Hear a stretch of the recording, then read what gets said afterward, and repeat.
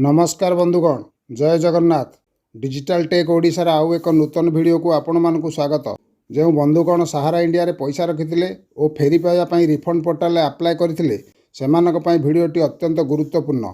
तेणु वीडियोटी को शेष पर्यंत निश्चिंत देखंतु। ता पूर्वरु आपण मानकु अनुरोध, चैनल को सब्सक्राइब करि नथिले एबे ही सब्सक्राइब करी पाखरे आसुतबा घंटी चिन्ह को दबाई ऑल को सिलेक्ट कर दियंतु, जहा द्वारा आमर अपलोड हेउतबा इंपोर्टेंट वीडियो गुडाक आपण माने सर्वप्रथमे देखिपारे। तेबे बंधुगण, आपण माने जानिछंती दीर्घ 2-3 वर्ष धरी चलीथिबा सहारा सेवी केस एबे मान्यवर सुप्रीम कोर्ट रे चालू अछि। किंतु आपण माने जानिछंती जे गत एप्रिल 24-25 रे सुप्रीम कोर्ट रे सहारा विषय रे आलोचना हेबार थिला, किंतु कोनोसी ना कोनोसी कारणरू शुणाणी बंद करा जायथिला। तेणु एहार तृतीय पक्ष भावे परिगणित विश्वभारती सेवा संस्थान द्वारा सुप्रीम कोर्टर मुख्य विचारपति निकट में दरखास्त करा जायथिला जे निर्दिष्ट दिन सहारा विषय आलोचना हेबाक स्थिर होइथिले भी बिना कोनोसी कारण न थाई बंद करागला। मान्यवर सुप्रीम कोर्टर मुख्य विचारपति उक्त दरखास्त को पढ़िबा पर हृदयंगम करी आदेश देइथिले जे सहारा विषय आलोचना करा जाऊ।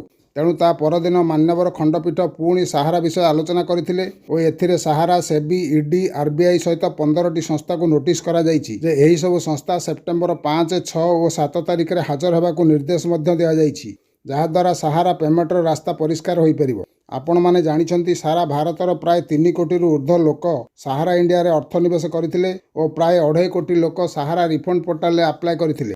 सेथिरु मात्र अल्प किछि लोकंकु मात्र 10,000 लेखाए टंका फेरस्त करा जायछि। आउ अवशिष्ट लोकंकु क्लेम रा विभिन्न डेफिशिएंसी दर्शा जाई रिजेक्ट करा जायछि। तेबे सबुठु गुरुत्वपूर्ण कथा यह जे ए भितरे अर्थात गत जुलाई मासरे कलकत्ता रे ईडी तरफरु चलीथिबा केस आधार रे सहारार मुख्यालय अर्थात लखनऊ ऑफिस रे चढ़ऊ करा जायथिला। एठारु नगद प्राय 3 कोटी टंका जबत करा जायथिला और यह सहित बहुत बड़ बड़ पदाधिकारी मोबाइल सीज करा जायथिला और ईडी अधिकारी माने एही मोबाइल गुडी को नै जायथिबा सूचना बद्ध अछि। एथि सहित सहारा हेड ऑफिस रे बंद थिबा 12टी कोठरीर ताला भांगी बहुत गुरुत्वपूर्ण कागजपत्र मध्य जबत करा जायछि, जेउथिरे प्राय 700 नकली कंपनीर कागजपत्र जबत करा जायछि। एथि सहित उत्तर प्रदेश सरकार द्वारा लीज रे दिया जायथिबा 100 एकर जमी जेउठारे सहारा शहर गढ़ी उठिथिला से लीज को यूपी सरकार कैंसल कर दैछंती।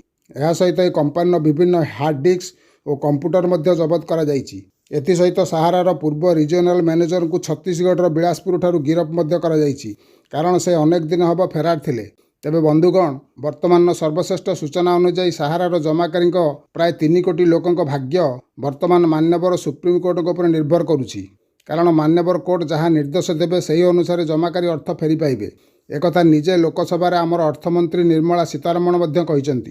तेणु वर्तमान परिस्थिति रे समय को अपेक्षा करने व्यतीत आम मानकर आउ किछि उपाय नाही। तेबे बंधुगण, आज पई रहिली सहारा इंडिया रा लेटेस्ट अपडेट जानिबा पई चैनल सह जोड़ी होई रुहंतु एवं लाइक, शेयर एवं सब्सक्राइब निश्चित करंतु। रहिली, नमस्कार, जय जगन्नाथ।